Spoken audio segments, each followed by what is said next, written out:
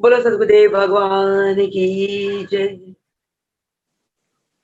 योग योगेश्वर महापुर रामलाल जी, योग मार्तंड मुल्केश्वर भगवान, हम सभी के प्राणाधार सदगुरु स्वामी देवीदास महाराज जी के चरणों में हम सभी बच्चों का साष्टांग दंडवत प्रणाम स्वीकार हो। आइए प्रभु जी की कृपा करुणा आशीर्वाद से सत्संग आरंभ करते हैं। सत्संग में बुलवाने वाले प्रभु जी होते हैं, ज्ञान प्रभु जी देते हैं। प्रभु जी अंतर्यामी है, सर्वव्यापी है, पराशक्ति है, पराशक्ति के मालिक है। प्रभु जी हर एक भगत के घट में विराजमान होकर हर एक भगत की घट को जान जाते हैं और वही ज्ञान देते हैं अंदर बैठकर। जो कुछ प्रश्न भक्तों के होते हैं या कुछ ज्ञान भक्तों के कल्याण के लिए होते हैं, और ऐसे कुछ ज्ञान जिस ज्ञान से भगत अनभिज्ञ होते हैं, और ऐसे ज्ञान जिन ज्ञान को पाकर भगत भाव विभोर होते हुए परमात्मा की प्राप्ति की ओर आगे बढ़ते हैं। आइए प्रभु जी के चरणों में शत शत नमन करते हुए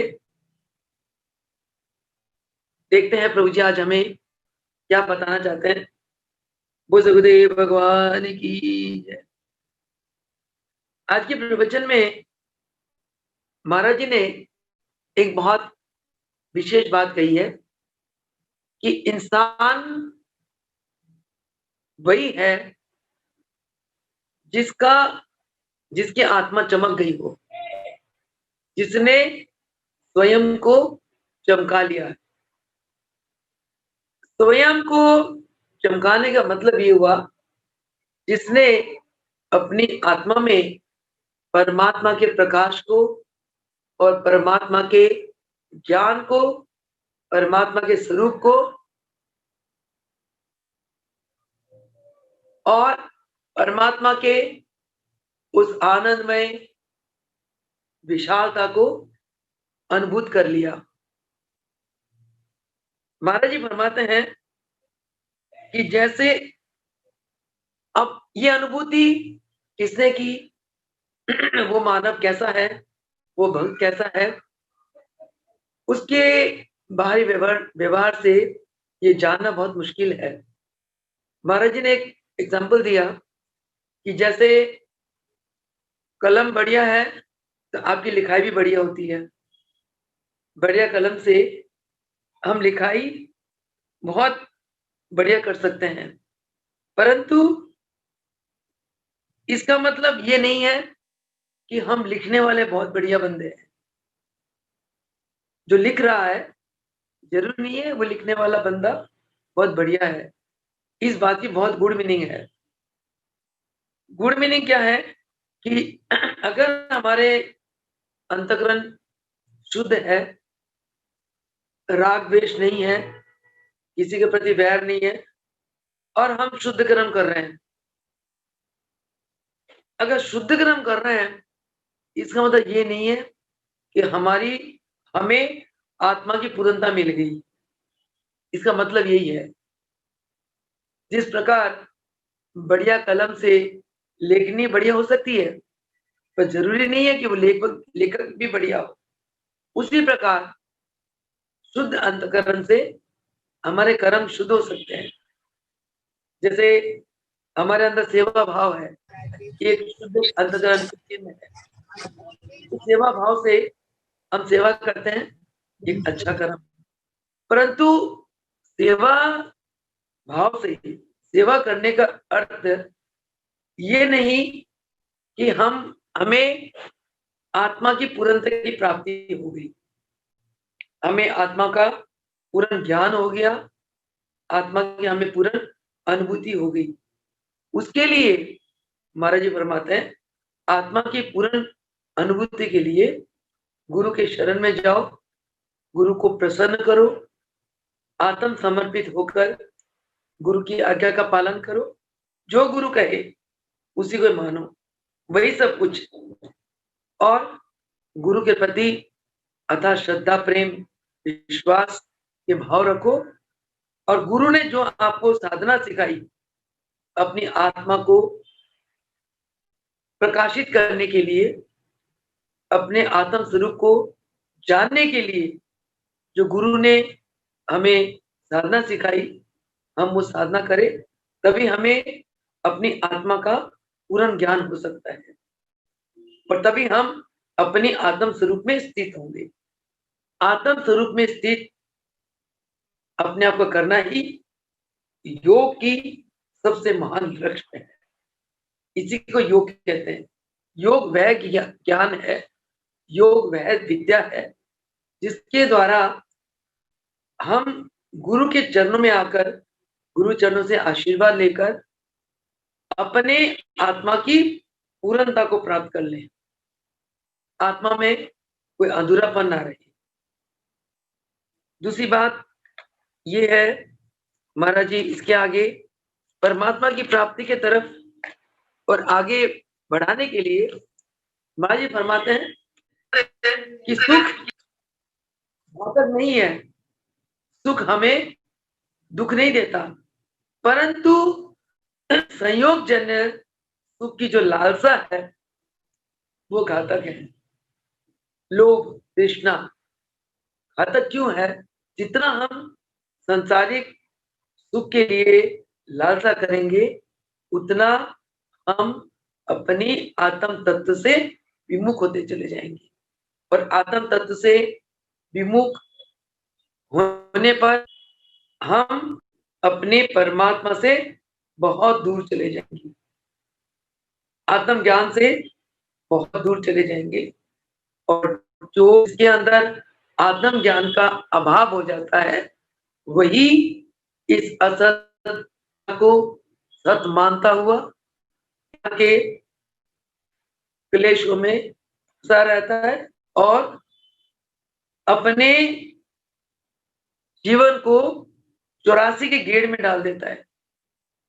बार बार जन्म मरण, जीव माता के गर्भ में बहुत कष्ट पाता है।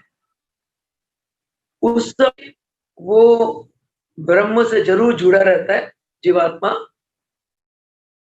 माता के घर के अंदर उस मल मूत्र में वो जीव घुटता है। उस समय वो परमपिता परमेश्वर से प्रार्थना करता है, हे प्रभु, मुझे इस मल मूत्र की इस थैली से बाहर निकालो और मैं सारा जीवन आपका भजन करूंगा। एक भजन है कि ना मैं मन ही रहा, ना मैं तन ही रहा, सतगुरु के मिलने पर झगड़ा खत्म हो गया।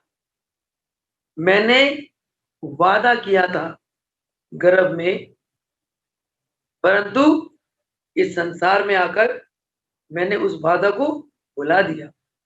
चौकाचंद क्षणभंगुर सुख की लालसा में मैंने परमात्मा को भुला दिया। तो जो इच्छा है, भाई फरमाते, इच्छा ही जन्म और मरण का कारण है। इसी प्रकार हमें संजोगवश सुख की लालसा नहीं करनी चाहिए। संजोगवश सुख की जो लालसा है वो लालसा घातक है। इसी प्रकार हम अगर अपने शरीर के प्रति स्वार्थी हो, इस का जो भावना है ये बहुत घातक है। उससे हमारी आत्मा में अज्ञानता का पर्दा पड़ जाता है। हम स्वार्थी, स्वार्थ के जो भाव है वो गलत है। शरीर के सुख के लिए भाव रखना, परंतु शरीर गलत नहीं है, शरीर तो भान है। भगवान ने आत्मा को ये शरीर रूपी वाहन दिया है कि तुम इस वाहन में यात्रा करो और यात्रा के दौरान सेवा, सिमरन, सत्संग, ध्यान, भजन अपनाकर योग अभ्यास करो और अपनी आत्मा की पूर्णता को प्राप्त कर लो। ये प्रभु जी ऐसा हम देते हैं। उसी प्रकार हमारा जो कुटुंब परिवार है, भगवान ने कुटुंब परिवार हमें दी है हमारी जीवन यात्रा में, ताकि कुटुंब परिवार का हमें सहयोग मिले। जीवन यात्रा को सुखद बनाने के लिए भगवान ने हमें कुटुंब परिवार दिया है। कुटुंब परिवार घातक नहीं है। कुटुंब परिवार हमें परमात्मा से दूर नहीं करते, परंतु कुटुंब परिवार के प्रति जो मोह की भावना है वो घातक है। कितनी बड़ी बात महाराज जी ने फरमाई कि संयोगवश सुख की लालसा घातक है, परंतु सुख घातक नहीं है। ये शरीर बना रहे, ये जो भावना है ये घातक है, परंतु शरीर घातक नहीं है। कुटुंब परिवार हमारे लिए घातक नहीं है, परंतु कुटुंब परिवार के प्रति जो मोह है वो घातक है।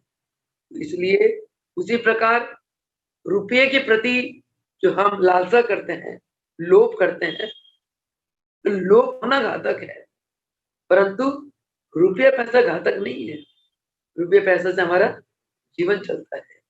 इतनी बड़ी और कितनी सूक्ष्म बात महाराज ने बताई। कहने का भाव ये है कि वही अष्टांग योग की बात आ जाती है कि यम नियम का पालन करते हुए हम आसन प्राणायाम करें, अपनी इंद्रियों को अंतर्मुखी कर दे। जो इंद्रियों से हम बाहर का सुख भोग रहे थे, उन्हीं इंद्रियों से हम अंदर का आत्म सुख, आत्म आनंद प्राप्त करें। ये सबसे बड़ी महान बात है। तो कहने का भाव है वही महाप्रभु रामलाल जी की अष्टांग योग की बात याद आती है। अष्टांग योग में जैसे 8 सोपान है। पहला सोपान यम, नियम, आसन, प्राणायाम, प्रत्याहार। महाराज फरमाते हैं कि ये 5 सोपान जो है तो अपने जीवन में उतार लो।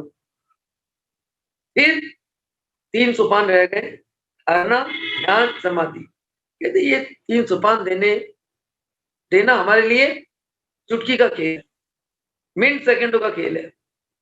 कहते तुम यम, नियम, आसन, प्राणायाम, प्रत्याहार, ये फिर मैं तुम्हें अति कम समय में धारणा, ध्यान, समाधि का दान दे दूंगा। और जिसने धारणा, ध्यान, समाधि अवस्था को प्राप्त कर ली, उसको आत्मा की पूर्णता की प्राप्ति हो गई। और जिसने आत्मा की पूर्णता को प्राप्त कर लिया, वो असार और नाशवान संसार का ज्ञान हो जाता है, और वो उस संसार में रहते हुए भी निर्लेप होकर रहता है। जैसे हमारे महापुर रामलाल जी, दादा गुरुदेव मुल्केश्वर भगवान और सदगुरु स्वामी दीदार महाराज जी निर्लेप होकर संसार में रहे और संसार में अपनी ईश्वरीय शक्तियों के द्वारा कल्याण करने के लिए आए और ईश्वरीय शक्तियों के साथ समाज का, संसार का कल्याण किया निष्काम भावना से, निर्लेप होकर। और जब समय आया अपने लोक में चले गए। ऐसा ही महाराज जी हमें अष्टांग योग में से 5 सोपान हम अभ्यास में ले आए, उसके लिए आज्ञा करते हैं और समझाते हैं। उसके बाद महाराज जी दृष्टि के बारे में बताते हैं। दृष्टि कैसी होनी चाहिए? दृष्टि आत्म दृष्टि होनी चाहिए, यानी कि अंदर बाहर हमें केवल परमात्मा की नूर के दर्शन करने चाहिए। हम किसी भी मानव को देखें तो हम उसके शरीर को ना देखें, क्योंकि शरीर नाशवान है। उसके अंदर जो अविनाशी अंश है, जो परमात्मा अंश है, जो अजर अमर है, हम उस अंश को देखें। क्योंकि जो दिखता है उस संसार को हमें अपना नहीं मानना चाहिए। जो दिखता है वो तो, और जो नहीं दिखता हमें वो उसे अपना मानना चाहिए। जो नहीं दिखता हमें उसको अपना मानना चाहिए। जो नहीं दिखता वो कौन है? वो भगवान है, जो केवल अनुभूति में आते हैं। हम जिनकी शक्ति को केवल अनुभूत कर सकते हैं, वो भगवान है, तो उन्हीं को हमें मानना चाहिए। जो दिखते हैं उसको हमें मानना नहीं चाहिए, अपितु क्या करना चाहिए? उसकी हमें सेवा करनी चाहिए। इसी प्रकार महाराज जी फरमाते हैं कि जो संसार हमें मिला है, हम उसका दुरुपयोग ना करें। यानी कि परिवार आपको मिला है, परिवार में योग का अभ्यास करो, सुख शांति आनंद से रहो, एक दूसरे को ऊंचा उठाओ, सद्भावना में रहो और केवल आत्म तत्व को जानो। आत्म तत्व एक ऐसी शक्ति है जो सारे संसार को चला रही है, और आत्म तत्व को का अनादर मत करो, उसको मानो, उसको जानो, और माने हुए परमात्मा पे संदेह मत करो। यानी कि अपने मन को, अपने अंतकरण को शुद्ध पवित्र रखो। जो संदेह होता है ये हमारे मन की कमजोरी होती है। तो महाराज जी का ये फरमान है कि हमें सार जो भगवान ने हमारे जीवन यात्रा के लिए दिया है, हमें इसका दुरुपयोग नहीं करना चाहिए और ईश्वरीय शक्तियों का दुरुपयोग करना चाहिए। योग योगेश्वर महापुर रामलाल जी के जीवन चरित्र में अनेक अनेक घटनाएं हैं कि पुरुष ने अपनी शक्ति का दुरुपयोग करा, प्रभु जी के बच्चों ने क्षण में उनकी शक्तियां हर ली। एक घटना आती है कि 30 वर्ष आबू पर्वत में तप करके एक सिद्ध ने एक सिद्धि प्राप्त कि वो कहीं भी किसी भी भंडारे में जाता था तो वो खप्पर को ऐसे मंत्र से मंत्रित कि उसका खप्पर भरता ही नहीं था। भंडारे में जाता था कि मेरा खप्पर भर दो, सारा खत्म हो जाता था, खप्पर नहीं भरता था। उसी प्रकार वही साधु जिसने इतने वर्ष तप करके एक ऐसी सिद्धि प्राप्त करी, वो महाप्रभु जी रामलाल जी के भंडारे में आ गया और मांगने लगा खीर कि मेरे खप्पर को खीर से भर दो। भगत भरने लगे और सारा खीर का जो पतीला था इतना बड़ा, वो सारा खत्म हो गया, उस खप्पर ही नहीं भरा। हरिहरानंद कहीं प्रभु जी के ध्यान में बैठा हुआ था, और ध्यान में तो दिव्य दृष्टि खुल जाती है और आत्म दृष्टि से सब कुछ पता चल जाता है, सब कुछ दिखाई देता है। हरिहरानंद ने दृष्टि से घटना देख ली कि एक तामसिक महात्मा अपनी शक्तियों का दुरुपयोग करने वाला आया और वो इस प्रकार हमारे भंडारे में विघन पहुंचा रहा है। हरिहरानंद ने उसको मंत्र पढ़ा और मंत्र पढ़ के प्रभु जी का ध्यान करके हरिहरानंद ने कहा कि चलो बाबा, अब लोग खीर का सागर आ रहा है। तो जो प्रभु जी का नाम लेके मंत्र पढ़ते हुए हरिहरानंद ने उस बाबा के, उस साधु के खप्पर में खीर डाला और खप्पर तो उबर तो बाहर आ गया और इतना खीर निकला जितना उसके खप्पर में समा गया था, उतना खीर आके पूरा भंडारे में जो पतीला था, एक नहीं डबल 2 पतीले भर गए। इतने में साधु ने देखा कि इसने तो किसी मंत्र शक्ति से मेरी शक्ति को छीन लिया, मेरी शक्ति को कमजोर बना दिया और मेरी सिद्धि कम हो। तो उसको बड़ा गुस्सा आया। जो बलवान बंदा होता है वो बड़ा मस्त हाथी की तरह चलता है, और कुत्ते जो कमजोर होते हैं वो हाथी को भों भों करते रहते हैं। हाथी मस्त चाल में रहता। तो जब उस महात्मा ने देखा कि भाई मेरी शक्ति का दुरुपयोग हो रहा है और मेरी शक्ति क्षीण हो रही है, तो महात्मा कुछ हरियाणा तो गाली गलौज करने लगा, अब शब्द कहने लगा। हरियाणा तो जोर से महात्मा जी के अंगूठे को दबा दी, दबाते अंगूठे से खून की धारा बहने लगी और वो बेहोश होकर गिर गया। वहां हाहाकार मच गया। प्रभु जी आए, आकर पूछने का क्या शोर मचा रखा। तो प्रभु जी को देखकर हरियाणा तो भाग गया, करके मारी कि अब मेरी पिटाई होगी। गुरु से तो शिष्य के प्रभु जी ने पूछा कि क्या बात हुई। बस महात्मा के ऊपर थोड़ा जल का चिट्टा उट्टा डाला, महात्मा होश में आ गया। तो कहा बाबा क्या हुआ, आशा क्यों हो गई। तो उसने बताई कि मैंने अनंत अभ्यास करके मैंने सिद्धि प्राप्त की, पर आपके बालक ने मिनटों में मेरी सिद्धि को हर लिया। तो कहते ऐसी दशा क्यों हुई। कहते हैं जहाँ कोई भंडारा होता है, मैं भंडारा जाके कपर में भंडारे से प्रसाद डलाता हूँ, और जब मेरा कपर भरते हैं, सारा भंडारा खत्म हो जाता है। इस काम में मुझे बड़ा आनंद आता है। प्रभु जी ने कहा अरे क्योंकि ऐसे दुरुपयोग करते हो, अपनी शक्ति से तुम दूसरों को दुखाते हो, इस तुम्हारा ये हाल हुआ, कि गति हुई। तो इतने में उसने बहुत प्रार्थना करी, प्रभु आप कृपा करें, मुझे अपनी सिद्धि शक्ति वापस लौटा दें। तो प्रभु जी ने प्रण करवा कि आगे के लिए प्रण करो कि सिद्धि शक्ति प्राप्त हुई है, तुम इस का दुरुपयोग नहीं। मैं एक शक्ति को लौटाता हूँ और साथ तुम्हें योग मार्ग का उपदेश देता हूँ। योग अभ्यास करो, और योग अभ्यास करके जो तुम्हें प्राप्त हो, जो शक्ति प्राप्त हो, उस शक्ति से लोगों का कल्याण करो, तब ये शक्ति तुम्हारी बढ़ेगी। तो वही आज के प्रवचन में महाराज जी हमें यही बताते हैं कि योग साधना करके हमें जो ईश्वरीय शक्तियां प्राप्त होती है, हमें उस शक्ति को दुरुपयोग नहीं करना चाहिए।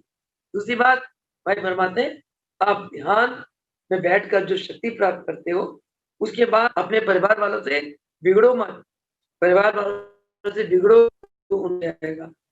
इस प्रकार क्या हुआ, एक बार मुल्केश्वर भगवान कह दिया कि तुम सारा दिन मस्ती में बैठे रहते हो, अपने गुरुदेव के ध्यान में, दुकान की तरफ देखते नहीं हो, कारखाना की तरफ देखते हो, और उनका क्या होगा, सारा दिन मस्ती में, ऐसे तो जीवन था।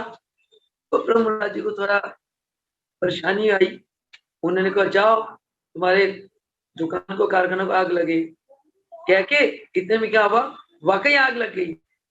और प्रभु रामलाल जी दिव्य दृष्टि के दाता थे, दिव्य दृष्टि थी उनके पास। रामलाल प्रभु जी ने ये नजारा देखा कि मेरे पुत्र ने तो आज बहुत परिवार का हित कर दिया, गुस्से में आके। क्योंकि जो जिसको एक रूहानियत खुराक मिलती है, अगर दूसरा व्यक्ति रूहानियत खुराक को प्राप्त करने में बाधा रूप बनता है, तो प्राप्त करने वाले को बहुत परेशानी होती है।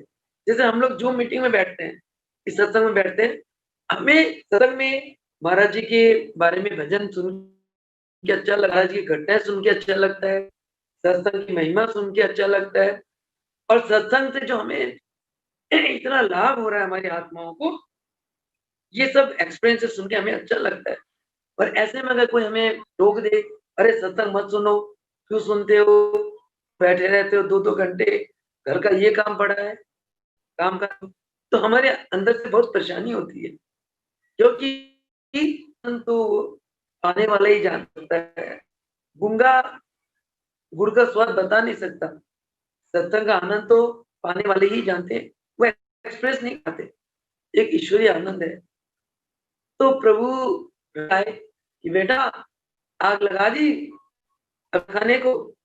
कहते क्या करूं प्रभु, ये मुझे हमेशा ताने सुनाते हैं, आपकी भक्ति में बिगड़।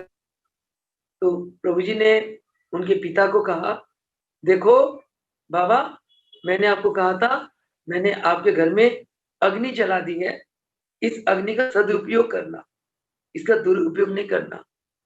तो आज आपने दुरुपयोग करी, तो ये आपकी ये दशा हुई। तो प्रभु जी ने उसको अपने हाथ से अग्नि को बुझाया, पानी का दिया। बाबा उस अग्नि के लपेट में भी बाबा आ गए, उनके पिताजी, और कुछ पैर वैर जल गए। वे प्रभु जी ने एक कोई चूरन सा दिया, उसमें बना के कहा बाबा लगाओ, उनका वो भरा। तो कहने का भाव ये है कि भगवान की भक्ति से हमें जो ईश्वर, एक तो उस शक्ति का गुमान नहीं करना चाहिए, क्योंकि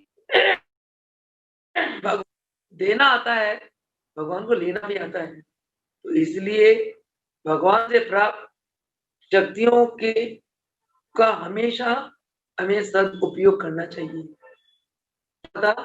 भगवान हमारे कुबुद्धि के कारण, उनकी शक्तियों का उपयोग के कारण किस समय कौन सी शक्ति हमारी प्रभु वापिस ले जाए, क्योंकि बोलना भी उसकी कृपा से, देखना उसकी कृपा से, सेवा उसकी कृपा से, सत्संग उसकी कृपा से, हर बात तो उसकी कृपा से चलती है। इसलिए हमें भगवान की तरफ से जो कुछ भी चीज प्राप्त है, उसका गुमान नहीं करना चाहिए, यानी कि उसका हमें दुरुपयोग नहीं करना चाहिए।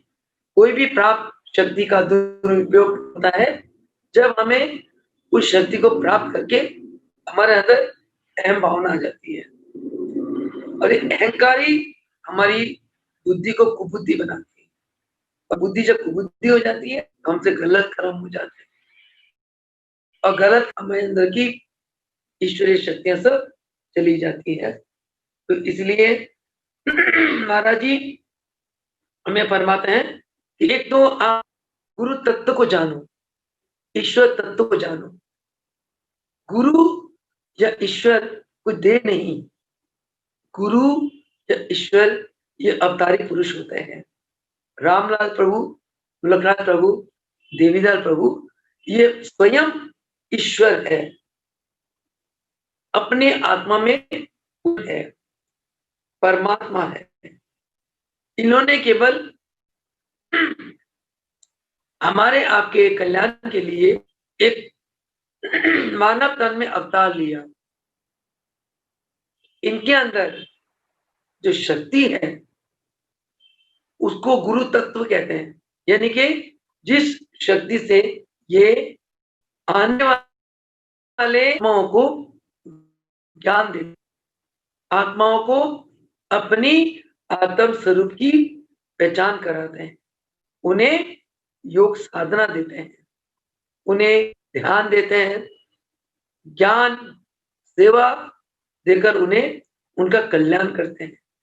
ये के और उन आत्माओं को परमात्मा के साथ, जिनके वो अविनाशी अंश है, परमात्मा के साथ उन आत्माओं का साक्षात्कार कराते हैं। ये गुरु करते हैं, गुरु तत्व है। ये तत्व वही रामलाल प्रभु जी के अंदर, भगवान के अंदर, वही देवी दयाल भगवान के अंदर ये तत्व विराजमान है। और उसी प्रकार भगवान राम हुए, भगवान कृष्ण हुए, ये भी परमात्मा के ईश्वरीय अवतार है, उनके अंदर ईश्वर तत्व है। जैसे हमें तत्व का ज्ञान हो जाता है, चाहे वो गुरु तत्व हो, परमात्मा तत्व हो, तो उस ज्ञान के होने के ऐसे तत्व का अनादर नहीं करना चाहिए। कोई भी, किसके कोई भी गुरु हो, गुरु तो गुरु ही है। गुरु एक मान्यता है, गुरु एक विश्वास है, गुरु एक आस्था है। आप जिस मान्यता रखोगे, विश्वास रखोगे, वो शक्ति से आपका हित करेगी। अब जैसे देती हूँ, कई आत्माएं ऐसी है जिनको प्रभु जी की इस शरीर से नामदान मिला, शरीर ने उन आत्माओं को ये कहा प्रभु की कृपा से कि तुम्हारे गुरु देवी दयाल प्रभु जी हैं।